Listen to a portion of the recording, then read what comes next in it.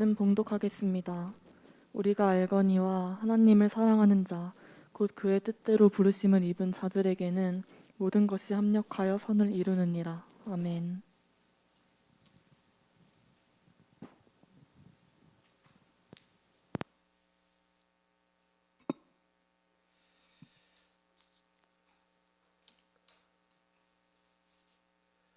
할렐루야!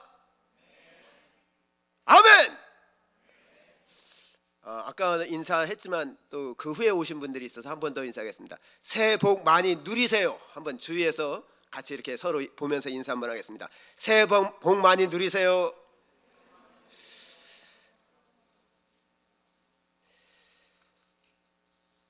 네, 저는 김응실 간사입니다.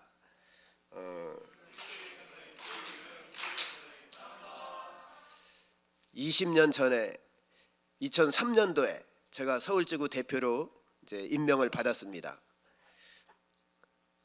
2003년 1월 12일 주일 채플에 박성민 목사님께서 이제 설교를 못 하신다고 저한테 이렇게 설교를 하라고 이렇게 말씀을 하셨습니다. 그래서 설교를 딱 준비해서 이제 A동에 딱 올라왔는데 그날은 김준구 목사님께서 예배에 참석을 하셨어요. 여러분 김준구 목사님 보신 적 있으세요?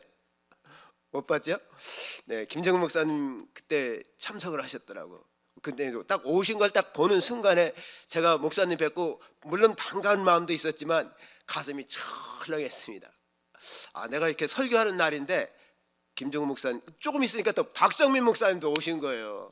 제 생각에는 박성민 목사님 무슨 다른 스케줄이 있으셔서 저한테 설교를 하라고 이렇게 말씀하셨구나 이런 생각을 했는데, 그래서 어쨌든 그날은 뭐 주보에 이미 김응실 목사 이렇게 설교로 인쇄가 됐기 때문에 그냥 또 그렇게 설교를 제가 하게 됐습니다.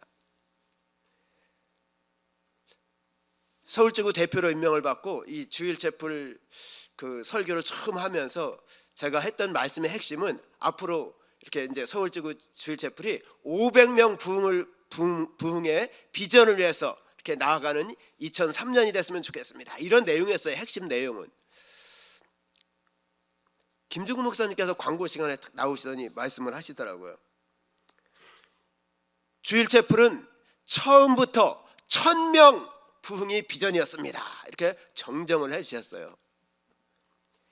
원래 주일 채플은 정동 CCC 본부가 정동에 있었습니다. 중구 정동에서 1976년 2월 15일 주일 채플 학생 채플이라는 이름으로 시작을 했습니다. 그때는 나사렛들도 많이 왔습니다. 주일 채플에. 그래서 한 800명 정도 이렇게 예배를 드렸던 그런 시대가 있었습니다. 제가 GCTC 간사 훈련 받을 때는 정동 주일 채플 예배를 드렸습니다. 우리 부암동 채플에도 좀 나사렛 교구가 생겼으면 좋겠어요. 제가 어제까지 작년까지 이렇게 여기 이제 나사렛 금식수련회 참석해가지고 원당 금식수련회 참석해가지고 이 주일 채플에도 나사렛 교구가 생기게 해달라고 간절히 기도를 일단 심어놨어요. 여러분도 그 기도를 같이 심어주시면 감사하겠습니다. 아멘.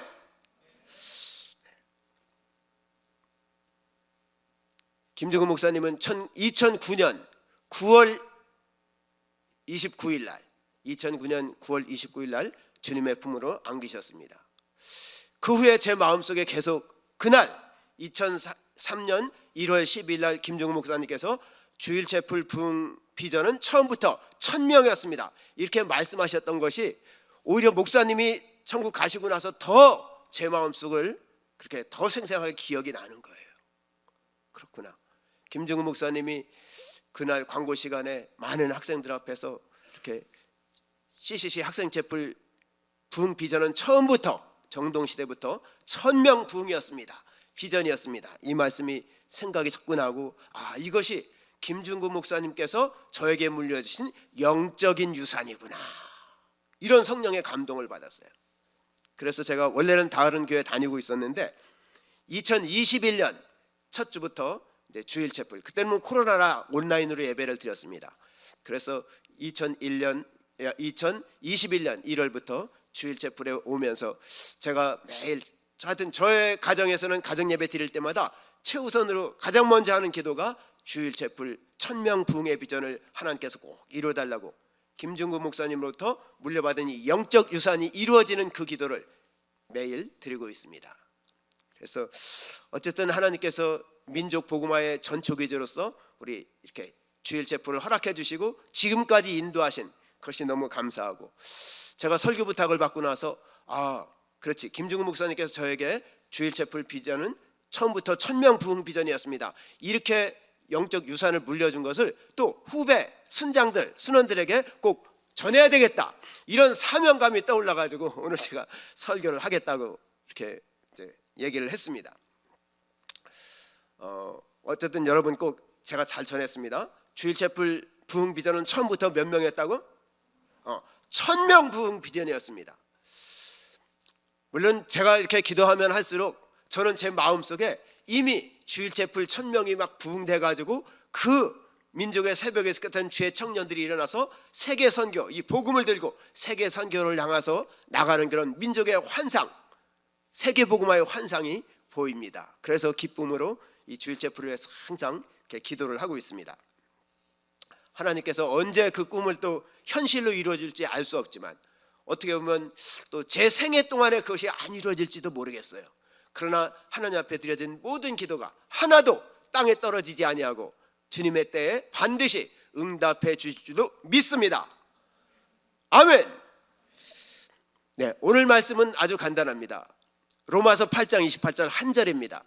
우리가 알거니와 하나님을 사랑하는 자 곧 그 뜻대로 부르심을 입은 자들에게는 모든 것이 합력하여 선을 이루느니라. 이 말씀은 제가 CCC 들어와서 예수님이 누군지도 몰랐을 때 수련회 따라갔어요. 저는 이제 새 친구였습니다. 저는 새 친구였는데 수련회 따라갔는데 꼭 자기 전에는 이렇게 기도를 하고 자더라고. 순별 기도 모임 시간이었는데 그때 순장이 읽어줬던 말씀이에요. 사실 그때는 저는 그 교육순장이 읽어주는 말씀이 무슨 말씀인지 이해를 하진 못했던 거예요. 그런데 그 말씀을 딱 듣고 나서 기도합시다 이렇게 딱 말하는 순간에 내가 지금까지 하나님 앞에 진지하게 기도해 본 적이 없었구나, 이거 딱 생각난 거예요. 그래서 정말 제 생애 처음으로 무릎을 꿇고 하나님 앞에 기도를 했는데 그때 성령님께서 제 마음에 들어오셨습니다. 원래 제 마음은 캄캄한 어둠이었습니다. 칠흑 같은 어둠, 하나도 보이지 않는. 제가 기도하려고 딱 눈을 감는 순간에 하나님께서 제 마음을 딱 제 그 눈 감은 그 앞에 마음을 딱 펼쳐. 눈 감으니까 당연히 깜깜하니까 캄캄해 보이죠. 그런데 성령님께서 제 마음 가운데 이게 너의 죄악이다, 이 말씀을 해주시는 거예요. 그래서 이 먹보다도 더 검은 이 죄악을 예수님의 보혈로 씻어주시는 그런 환상을 하나님이 보여주신 거예요. 마치 샤워할 때 샤워기를 쫙 틀어놓을 때 물이 나와서 온몸을 비눗물을 씻어내는 것처럼 그렇게 예수님의 십자가 보혈, 그 보혈이 쫙 나와서 머리끝부터 발끝까지 싹 깨끗하게 씻어주시고 나니까 제 마음 가운데 모든 어두움 사라지고 빛이 임한 거예요. 빛이. 그 빛이 임하니까 성경 이 본문 바로 앞에 보면은 성령님께서 우리 안에 들어오셔서 하는 것이 있는데 성령이 말할 수 없는 탄식으로 우리를 친히 간구하신다, 이 말씀이 있어요. 저는 그날 그 성령이 제 안에서 말할 수 없는 탄식으로 저를 위해서 친히 간구하는 것을 체험한 거예요. 제가 처음 기도하는 거기 때문에 무슨 기도를 어떻게 해야 될지 모르는데 하나님께서 제 마음 가운데 내가 정말 죄인입니다, 하나님 앞에 죄 지은 것밖에 없는 인생입니다, 이 저도 모르는 기도를 막 한 거예요. 그랬을 때 기도가 끝나고 났을 때 제 마음에 그 모든 어두움은 사라지고 엄청난 빛이 비춰오니까 이 예수님의 빛이 비치는 삶의 특징은 그때 제가 깨달았는데 기쁨이구나. 무슨 뿜이구나? 기쁨이구나. 그걸 깨달은 거예요. 너무너무 기뻐요. 저는 한 5분 정도 기도했다 싶은데 그 저녁 순별 기도 모임 시간이었으니까 제가 기도 끝나고 딱 눈을 떴는데 다 자고 있는 거예요. 사람들이. 시계를 보니까 2시간이 지났더라고. 근데 저는 잠을 잘 수가 없었어요. 내 안에 들어오신 성령님이 주시는 그 감격, 그 기쁨.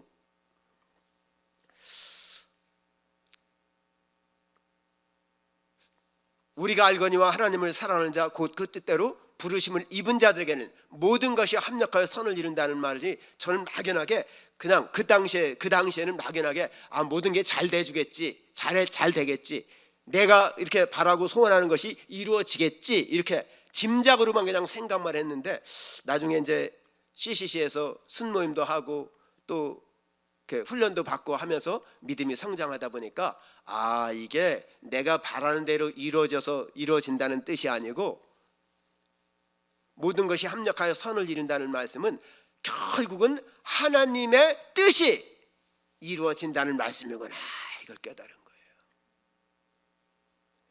내 생각, 내 그 소원하는 것은 이것이었는데 이대로 이루어지는 것이 아니라 그 내 생각, 내 것이 다 무너지는 것 같아도 결국 나중에 가서 보면 오히려 하나님의 뜻대로 이루어지기 때문에 더 좋은 것으로 나에게 주신다. 이것을 성경에서는 모든 것이 합력하여 선을 이루신다. 뭐가 합력하여? 모든 것이 합력하여 선을 이룬다는 거예요. 이 모든 것이 합력하여 선을 이룬다는 것을 영어 성경에서 이렇게 보고 또 다른 책, 영어 성경 그 해석한 그 책을 봤더니 그거를 모든 것이 합력하여 선을 이룬다는 것을 번역을 해놨는데 하나님 나라에는 쓰레기통이 없다, 이렇게 번역을 해놨더라고요. 아니면 우리는 쓰레기라고 생각하는데 하나님은 그 쓰레기를 들어가지고 선으로 바꾸셔서 하나님의 뜻을 이루어 간다는 거예요. 그래서 오늘 설교 제목은 하나님 나라에는 쓰레기통이 없다. 하나님 나라에는 쓰레기통이 없다.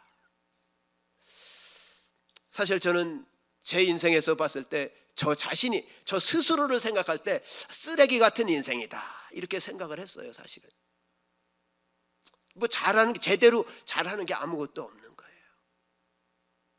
키도 작고 몸도 왜소하고, 그래서 친구들한테 맨날 얻어맞고 다니고 왕따 당하고, 그러다 보니까 저는 친구도 없고, 이 별명이 벙어리였어. 벙어리. 누구랑도 말을 못하는 거예요. 친구가 없고, 그렇게 어떻게 보면 쓰레기가. 그런데 더 비참한 것은 집안이 너무 가난했다는 거예요. 집안이 너무 가난한 거예요.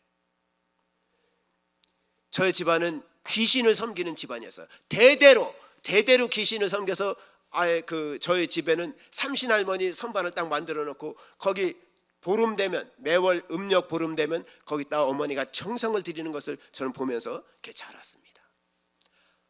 어느 날 할머니가 중풍병으로 쓰러진 거예요. 그랬더니 그때부터 이제 굿이 시작된 거예요. 저희 집에서 굿, 무당 불러다가 굿을 하고 갖가지 그런 약재를 쓰고 막 이 중풍으로 쓰러지니까 병원을 못 가니까 의사 선생님을 불러와서 진료를 받더라고. 근데 그 모든 것을 다 돈이 있어서 하는 것이 아니라 아버지가 빚을 내 가지고 이제 다 한 거예요. 그렇게 해서 한 3년 동안 할머니가 중풍병 알아서 누워 계시는 동안에 저희 집안은 빚이 엄청나게 많이 진 거예요. 3년 만에 할머니는 돌아가셨습니다. 남은 것이 빚이 너무 감당할 수가 없으니까 어느 날 아버지가 그러는 거예요. 원래 저는 충북 보은에 살고 있었는데 충북 진천으로 머슴살이를 간다는 거예요. 그때는 머슴살이를 간다고 말씀을 안 하셨고 그냥 돈 벌러 간다고 얘기를 했어요. 근데 나중에 내가 철이 들고 보니까 그게 머슴살이 가는 거였어요. 저희 가족은 어머니와 동생 둘을 저까지 이렇게 보은에 살고 아버지는 이제 돈 벌러 가신 거예요. 그렇게 빚이 너무 많고 가난이 심하니까 가족이 같이 살 수 없었던 거. 이것은 저에게 어릴 때 아주 큰 이렇게 쓰레기 같은 인생이구나, 이런 것들을 더 깊게 마음에 새기게 만들었어요. 중학교, 고등학교 때 수학여행 가는 분도 신나고 좋은 일인데 저는 우리 집안이 너무 가난하다는 걸 알았기 때문에 수학여행 간다는 그 자체를 부모님께 말씀드리지 않고 그냥 무조건 저는 못 간다고 그냥 딱 불참 신청서를 내고, 뭐 수학여행 친구들은 수학여행 간 기간 동안에도 저는 그냥 부모님한테는 학교 가는 것처럼 하고 그냥 학교 가가지고 그냥 자습하고 공부하고 그렇게 가난이 저의 삶에 있어서는 정말 쓰레기 같은 인생이었습니다. 아버지가 1년 동안 진천 가서 머슴 살고 오고 나서 이제 1년 동안 그렇게 이제 집을 나갔다가 1년 후에는 돌아오셨어요, 집으로 이제. 그래서 이제 그렇게 머슴 살고 받아오는 것을 세경이라고 합니다. 세경. 그 세경을 다 빚청산을 한 거예요. 빚을 다 갚고 이제 또 뭐 다 갚지는 못했죠. 어느 정도 이제 큰 빚을 갚고 또 이렇게 가난하게 살아가는 거예요. 근데 아버지가 그 후에 하나 변화된 게 있었어요. 춘천에 다녀오시더니 어머니한테 자꾸 교회를 가라는 거예요. 우리 동네는 교회 가는 사람이 아무도 없는데 어머니한테 자꾸 교회를 가라는 거예요. 우리 동네 그 윗동네에 딱 한 분이 교회 다녔어요. 교회가 좀 멀었어요. 약간 멀어요. 걸어가기에는. 어쨌든 그래서 그 윗동네에 한 분이 사는데 그분한테 막 얘기해가지고 응실에 막 교회 좀 데리고 가라고 막 또 얘기를 한 거예요. 그래가지고 저희 동네에서 저희 어머니가 처음으로 교회를 다니게 되었습니다. 어머니가 교회를 다니다가 예수님을 인격적으로 만난 거예요. 그래서 어머니가 새벽 기도를 그렇게 다니면서 저희 동네 동네 제사라고 그래요. 동네 탑지라고 하는데 동네 제사 드리는 것이 이게 우상숭배구나. 이걸 성령님이 말씀해 주신 거예요. 새벽 기도 가면서 동네 돌탑에 이 우상숭배가 무너지게 해달라고 그 돌탑 지나갈 때마다 또 새벽 기도 마치고 올 때마다 기도를 했는데 그 돌탑 정월 대보름날 동네 제사를 다 동네 사람들이 다 모여서 거기서 제사를 지내는 거예요.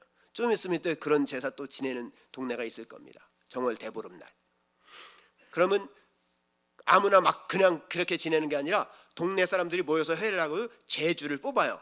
제주를 뽑아가지고 뽑힌 사람이 모든 재물을 다 준비해야 되는 거예요. 재물, 이제 여러 가지 제사 지낼 때 필요한 모든 재물을 다 준비해야 되는 건데 저 어머니가 그렇게 간절히 기도한 다음부터는 그 재물을 제주로 뽑혀서 재물을 준비했던 사람이 그 해에 꼭 엄청난 화재를 입는다든가 뭐 크게 다친다든가 뭐 사망을 한다든가 이런 일이 막 일어나는 거예요.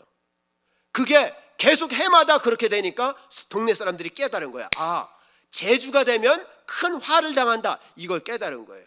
그래서 어느 해에는 그 제주가 뽑혔는데 이분이 뽑힌 사람이 재물을 다 준비해야 되는데 나 죽으면 죽었지 나 제사 안 지나겠다고 제주 안 하겠다고 딱 오리발을 딱 내밀은 거예요. 그래서 동네 사람들이 할 수 없이 그분이 안 한다니까 어떻게 할 수 없이 다시 제주를 뽑았는데 두 번째 뽑힌 사람도 또 안 하겠다는 거예요.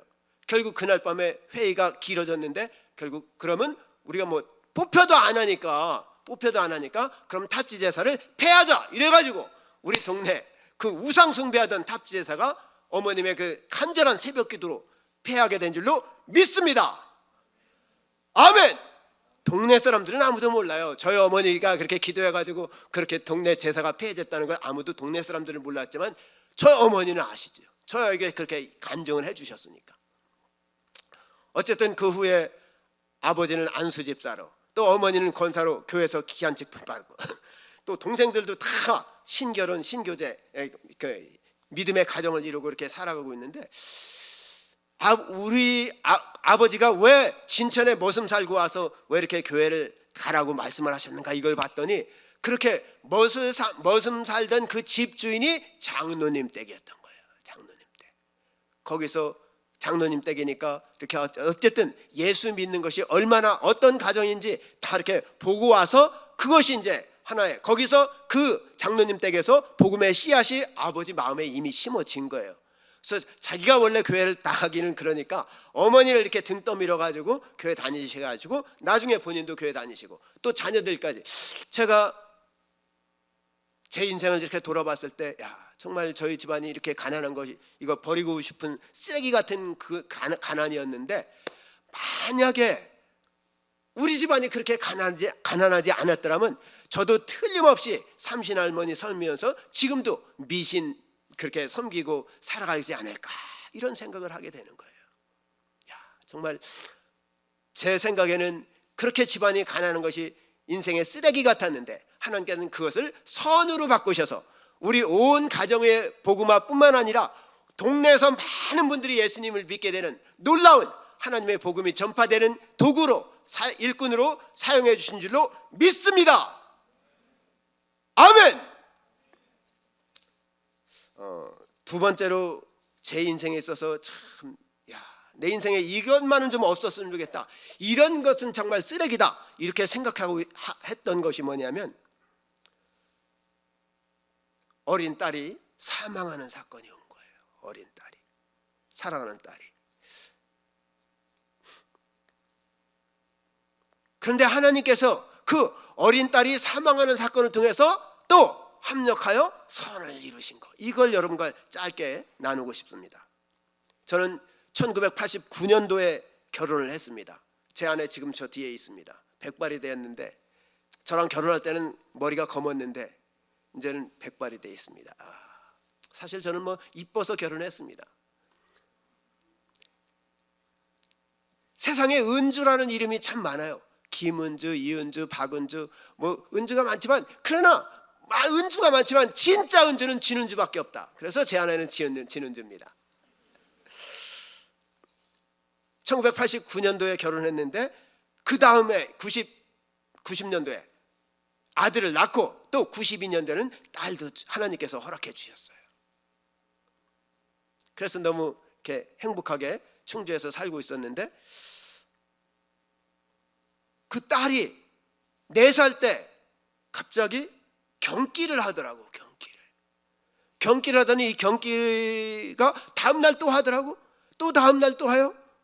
근데 경기가 잠깐 정신이 없어지는 거예요. 정신이 없어졌다가 다시 정신이 돌아오는데 그 기간이 점점 길어지는 거예요. 얼마 안 가서 이제 대학병원에 입원해서 검사를 받는데 이제 정신을 잃고서 아예 정신이 아웃된 상태에서 계속 시간이 지나는 거예요. 정신이 돌아오지 않는 거예요. 병원에서 할 수 있는 모든 검사를 하고 또 반복해서 검사도 하고 했는데 결국 약 한 20일 정도 만에 의사가 이제 현대의학으로 할 수 있는 건 다 했으니까 마음의 각오를 하라, 이 얘기를 딱 해주시더라고요. 저한테. 제 딸 이름이 아라예요. 아라. 아브람의 아자, 사라의 라자를 따서 아라라고 이름을 지어서 열국의 아비처럼, 열국의 어미처럼 살라고 제가 아라라는 이름을 지어줬습니다. 이 아라가 선교원을 다녔는데, 이제 그 아프기 전에 선교원을 다녔는데 선교원에서 배웠던 노래가 있어요. 그 노래 중에서 이게 정신이 아웃됐잖아. 그런 정신이 아웃된 중에서도 무의식 중에 노래를 하는 거예요. 돈으로도 못 가요 하나님 나라. 여러분 그런 거 안 했어요? 돈으로 못 가요 하나님 나라. 거기에 보면 믿음으로 가는 나라, 하나님 나라, 이렇게 끝나는 거예요. 그리고 또 거기 선교원에서 배웠던 노래, 울면 안 돼. 무의식 중에 그렇게 믿음으로 가는 나라, 하나님 나라 노래를 하고, 또 그거 끝나고 나면 울면 안 돼 노래를 하고, 그렇게 노래를 하더라고. 어쨌든 그 병원에서 결국은 안 된다고 그래서 이제 한의원은 좀 어떨까 하고 한의원도 가보고 뭐 여러 가지 다 했지만 결국은 12월 26일 날, 1995년도 12월 26일 날 아라가 하나님 품에 안겼습니다. 이 동생이 아프니까 그 아들도 또 이제 딸이 동생이었어요. 아들이 이제 첫째고, 그래 동생이 아프니까 아들도 아파가지고 저는 아들을 데리고 집에 있었고 아내는 그 딸을 데리고 병원에 가 있었는데 전화가 온 거예요. 여보세요 해서 뭘 보세요? 그랬더니 빨리 병원으로 오라고, 건대병원으로 오라고 해서 제가 전화를 받고 급하게 병원에 갔더니 제 아내는 이제 그 응급실 들어가는 복도에서 통곡을 하고 있더라고. 응급실에 딱 뛰어들어가 보니까 한가운데 이렇게 흰 천으로 딱 막아놨어요. 막아놔서 그 안에 제가 흰 천을 딱 제치고 들어가 보니까 아라가 딱 자고 있더라고. 자고 있어. 제가 아라의 볼에다가 제 볼을 딱 대봤는데 이 벌써 체온이 식어가지고 이 체온이 느껴져야 되는데 차갑게 느껴지는 거예요. 그때 성령님께서 갑자기 제 손을 탁 들으시더라고. 그리고 기도를 시키는 겁니다. 생명의 주권자가 되셔서 이 땅에 생명을 낳게도 하시고 거두기도 하시는 하나님 아버지를 찬송합니다. 너무도 예쁘고 사랑스러운 아라를 그동안 저희 가정에 보내사 우리의 기쁨이 되게 하신 것을 감사합니다. 세상에서 죄 한 번 짓지 않고 하나님을 찬송하는 노래만을 부르다가 주님 품 안에 안아주신 것을 감사합니다. 아라에게 있었던 질병과 고통의 결박을 풀어주시고 평안의 천국으로 아라를 인도하신 하나님 아버지를 찬송합니다. 아라가 짧은 생애를 통해 이루지 못한 목까지 살아가기 위해 더욱 열심을 품고 주님을 섬기게 하여 주시옵소서. 아라가 언젠가 천국에서 만나게 될 텐데 그날에 부끄럽지 아니한 삶으로 주님께 충성하게 하여 주시옵소서. 저도 모르게 정말 성령님께서 두 손을 들고 그 기도를 쫙 시키셨습니다. 정말 지금 생각해도 그때 통곡을 해야 될 그 시간에 성령님이 제 마음에 감동을 주셔서 하나님께 감사와 찬송과 영광의 기도를 올려드리게 하셨습니다. 그 순간에는 성령님의 감동으로 이렇게 기도했지만 현실로 딱 돌아오고 나니까 이제 슬픔이 그때부터 밀려오기 시작했는데 어떤 누구의 말도 위로가 되지가 않는 거예요. 한 집사님께서 저의 손을 딱 잡으시더니 아무 위로 말을 안 하고 엄청나게 펑펑펑펑 우시는 거예요. 딱 울고 계시는데 그때 그분이 흐르는 눈물이 제 손을 잡고 그러니까 제 손등에 떨어지는 거예요.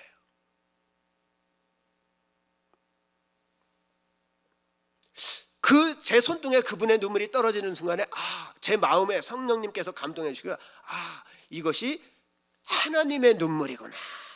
이 마음이 딱 드는 성령님의 감동이 오는 거야. 이것이 하나님의 눈물이구나.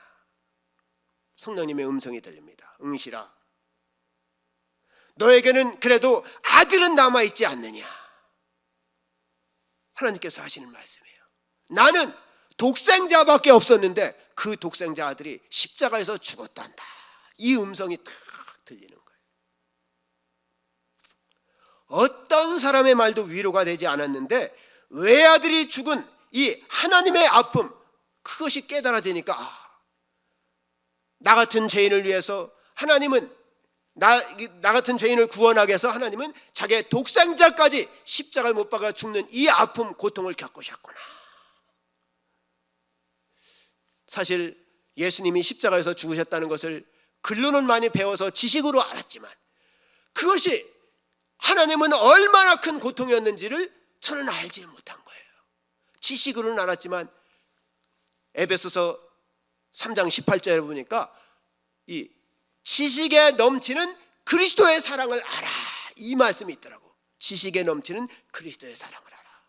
제가 지식으로 십자가 사랑을 알았지만 그러나 그날 그 집사님이 제 손등에 흘린 눈물을 통해서 하나님이 자기 아들을 죽이는 이 고통이 얼마나 크고 그 고통을 겪어야 됐던 이유가 하나님이 나를 사랑하셨기 때문에, 죄인 된 나를 사랑하셨기 때문에 그렇게 큰 고통을 감당하셨다는 걸 깨달은 그 순간에 모든 것이 다 위로가 됐어요. 이제는.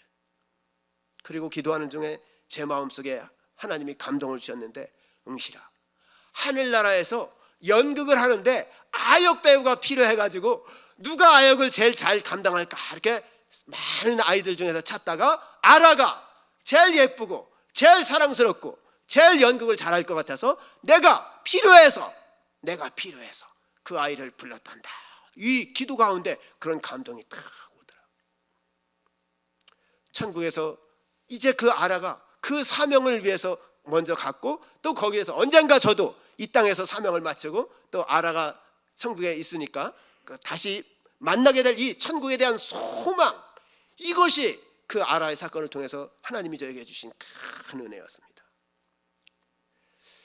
어떻게 보면 자기 자녀가 죽는 것이 인생에 있어서 정말 이것만은 없었으면 좋겠다, 이런 쓰레기 같은 것이었는데 오히려 하나님이 그것을 선으로 바꾸셔서 하나님이 나를 사랑한 것이 얼마나 큰 아픔과 고통을 겪으면서 그렇게 사랑하셨는지 지식에 넘치는 그리스도의 사랑을 알 수 있도록 체험적으로 이 하나님의 사랑을 체험하게 되는 그런 놀라운, 그런 합력하여 선을 이루시는 은혜를 주셨습니다. 마지막으로 한 가지 더 합력하여 선을 이루신 은혜를, 사실 이 짧게 하기는 참 힘드는데 그래도 최대한 짧게 해보겠습니다. 저는 1986년도에 간사를 했습니다. 간사를 시작하고 났더니 모금을 해야 되더라고요. 모금이 너무 힘든 거예요. 저는 도저히 모금을 감당할 수가 없는 거예요. 어쨌든 그래도 하나님의 은혜로 진짜 모금을 해가지고 간사의 삶을 시작했는데, 간사 연수가 차면 호봉이 올라가요. 결혼을 하고 자녀를 낳으니까 또 가족 수당이 있어가지고 또 더 많은 자꾸 모금을 많이 해야 되는 거예요. 제가 모금을 잘 못하니까 하나님한테 기도를 했어요. 하나님, 아무리 적어도 좋으니까 제발 아무리 적어도 좋으니까 월급을 좀 받게 해달라고 그런 기도까지 했어요. 진짜 그 기도를 안 들어주시더라고. CCC 정책이 안 박히더라고. 계속 모금을 해야 되는데 제가 간사 8년차 때는 이제 모금률이 29%까지 떨어진 거예요. 그랬더니 이제 계속 이렇게 모금이 안 되면 간사 사직을 해야 된다. 이 간사 경고를, 모금 부족으로 인해서 제가 간사 경고를 받았습니다. 경고를 1994년도에 경고를 받았어요. 어쨌든 뭐 이렇게 좀 생략하고 그 모금을 참 너무 부담스럽고 힘들었는데, 요약해야 되기 때문에 얘기하면 이게 사람을 만나서 후원자 개발하기가 힘들어가지고 제가 기도하는 가운데 그냥 사람을 안 만나고 그 후원자 개발을 할 방법은 없을까, 이걸 생각하다가 일단 사람들에게 단체 문자를 보냈어요. 그냥 똑같은 내용으로.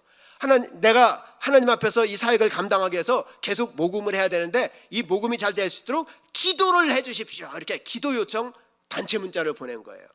단체 문자를 보내고 그러고 나서 다음에 또 뭘 할 수 있을까 하다가 이번에는 개인 카톡을 보내는데 10,000원만 후원해 주십시오.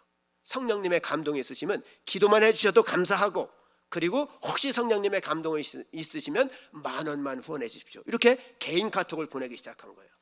제가 3주 만에 36명이 그 카톡을 받고 그분이 스스로 알아서 CCC 선교원회로 전화를 해가지고 후원을 신청한 거예요. 그래서 어떤 분은 제가 요청한 대로 10,000원을 후원해 주신 분도 있고, 저는 10,000원을 요청했지만 20,000원을 후원해 주신 분도 있고, 저는 10,000원을 요청했지만 그분은 50,000원을 후원해 준 분도 있고, 뭐 이렇게 다양하게 있어가지고 36명이 총 금액으로는 60만 원이 후원된 거예요. 그래가지고 이걸 갖다 나만 적용할 것이 아니라 다른 간사들도 좀 적용할 수 있을까, 이 생각이 들어가지고 SMPD라는 훈련 체계를 제가 만들었어요. 그래서 사람을 원래는 만나야 되는데 만나는 것이 너무 부담스러운 거예요. 만나서 얼굴을 보면서 후원 요청하는 거예요. 그런데 핸드폰만 가지고 하는 거는 그래도 쉽더라고. 왜냐하면 핸드폰을 만약 항상 일상으로 쓰는 거니까. 그래서 핸드폰으로 단체 문자를 보내고 핸드폰으로 개인 카톡을 통해서 후원을 요청하고, 이 SMPD 훈련을 통해서 해봤는데 다른 사람들도 되는 거예요. 다른 사람들도. 그래서 만 3년 만에 420명이 이 SMPD 훈련을 받은 거예요. 간사들이, 우리 CCC 간사님들 420명이 SMPD 훈련을 받아가지고 일시불 후원으로 모금된 금액이 총 8억 400만 원. 또 이렇게 이제 정기원으로 모금된 금액이 3억 2천만 원이 모금된 거예요. 여러분은 뭐 이렇게 하나도 안 놀라는데 내가 다시 한번 얘기할게요. 420명이 3년 만에 훈련을 받았는데 일시불 후원으로 8억 400만 원이 모금된 거예요. 정기후원, 매월 들어오는 거예요. 정기후원이라는 건 매월 후원 받는 거예요. 매월 후원 받는 금액이 3억 2천만 원이 모금된 거예요. 하나님께서 새로운 그 간사 훈련을 하다 보니까 후원이 너무 어려운 간사들이 있으니까 나라도 후원해야 되겠다 이래가지고 제가 지갑을 열은 거예요. 뭐 많이는 후원을 못해요. 저도 간사니까. 제가 후원 받은 것 중에서 한 사람당 2만 원씩 후원을 시작한 거예요. 한 사람당 2만 원씩. 원래는 사실은 한 사람만 후원하려고 했는데 그 옆에 사람도 뭐 후원이 안 되기는 마찬가지더라고요. 그래서 그분도 했더니 또 옆에 사람이 보이고 이래가지고 결국은 이 SMPD 훈련을 받는 간사들에게 다 후원을 막 하게 된 거예요. 그래서 뭐 요약을 해야 되기 때문에 지금 결론적으로 지난달에 이제 12월 달이죠. 작년 12월 달에 제가 266명의 간사들에게 후원을 한 거예요. 매월 후원을 하고 있는데 지난달에 266명의 간사들에게 합계 금액으로는 685만 원을 후원한 거예요. 매월. 정기 후원입니다. 일시불이 아니라 정기 후원 685만 원이 후원을 한 거예요. 여러분 하나도 감동이 없는 것 같아. 한 번 더 얘기할게요. 제가 지난달에 우리 간사님들 중에서 266명의 간사들에게 685만 원을 정기 후원을 했습니다.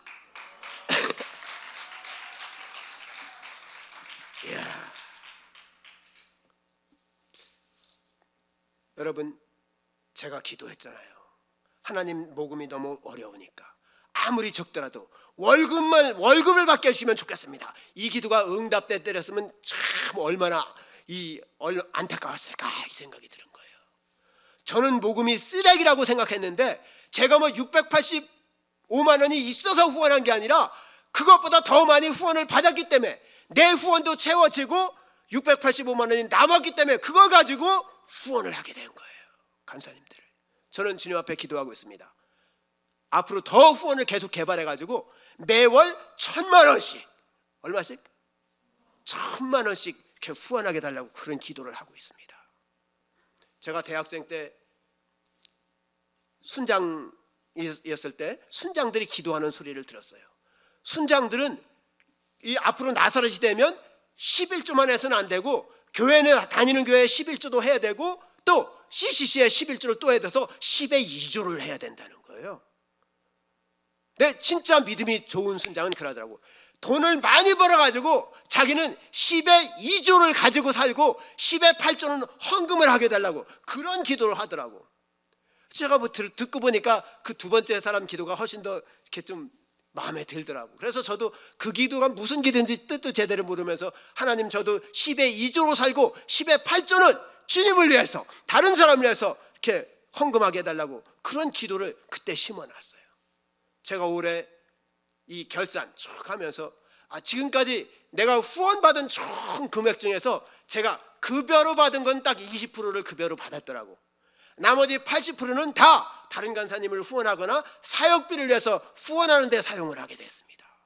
제 삶에 그때 뭣도 모르고 그냥 심어놓은 기도가 이 2022년도 연말 결산을 해보니까 그 10의 2조로 살고 10의 8조를 주님을 위해서 쓰게 해달라는 그 기도가 이미 응답된 것을 확인하게 됐습니다. 할렐루야! 아멘! 저는 복음이 제 인생의 쓰레기가처럼 그렇게 버리고 싶었어요. 근데 하나님은 그것을 합력하여 선을 이루사 선으로 바꾸셔서 오히려 그 모금제도 때문에 이렇게 266명이나 되는 간사들을 후원하고 앞으로 또 더 얼마나 많은 간사들을 후원하게 하실지에 대한 큰 기대와 믿음을 가지고 이 2023년도부터 거대한 도전, 우리 수련회 주제는 했잖아요. 저에게는 정말 너무 벅차고 거대한 도전입니다. 그러나 반드시 하나님께서 1,000만 원 후원 매월 할 수 있도록 인도해 줄 줄로 믿습니다. 아멘. 이제 말씀을 마칠 시간입니다. 여러분도 여러분 삶에 있어서 이것만은 나에게 없었으면, 이것 때문에 내 인생의 쓰레기 같구나, 이렇게 참 어려운 부분들이 있을 수가 있습니다. 저에게도 있어서도 가난은 쓰레기처럼 여겼는데 오히려 그 가난 때문에 예수님을 믿는 가정이 되었습니다. 자녀가 죽는 가장 이 가슴 아픈 쓰레기 같은 사건을 오히려 하나님의 놀라운 사랑과 은혜를 체험하게 되는, 지식을 넘치는 그리스도의 사랑을 알게 되는 그런 합력하여 선을 이루시는 은혜를 부어주셨습니다. 모금이 간사에게 있어서는 너무나 큰 무거운 짐도 있고 쓰레기 같았는데 오히려 그 모금 때문에 하나님은 놀랍게 더 큰 비전을 향해서 거대한 도전을 이루어갈 수 있도록 인도해 주셨습니다. 여러분 삶에 하나님께서 이것만은 없었으면, 이것은 정말 내 인생의 쓰레기야, 그런 것까지도 선으로 바꾸셔서 놀라운 하나님의 거대한 도전을 이루어가게 되기를 예수님의 이름으로 축원합니다. 아멘. 기도하겠습니다. 거룩하신 하나님 아버지, 우리가 알거니와 하나님을 사랑하는 자, 곧 그 뜻대로 부르심을 입은 자들에게는 모든 것이 합력하여 선을 이룬다고 말씀해 주신 것 감사합니다. 우리의 인생에 있어서 많은 아픔이 있습니다. 이것만은 내 인생에 없었으면 하는 그런 것들이 있습니다. 그러나 모든 것이 합력하여 선을 이루시는 우리 주님께서 그 모든 것, 쓰레기 같은 그 모든 것을 선으로 바꾸셔서 주님의 뜻을 이루고 하나님의 위대한 도구로 쓰임받는 우리 모든 학생들 또 간사님들 될 수 있도록 하나님께서 역사하여 주시옵소서. 감사하며 살아계신 예수님의 이름으로 기도합니다. 아멘.